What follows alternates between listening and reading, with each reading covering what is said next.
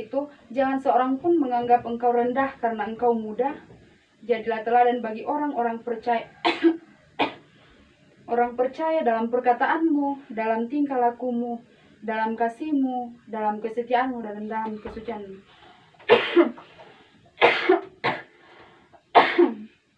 Nah, kita akan dibawa satu tema dengan judul menjadi teladan.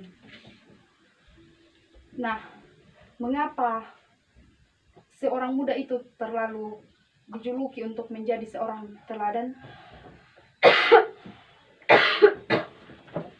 Perlu kita ketahui bahwa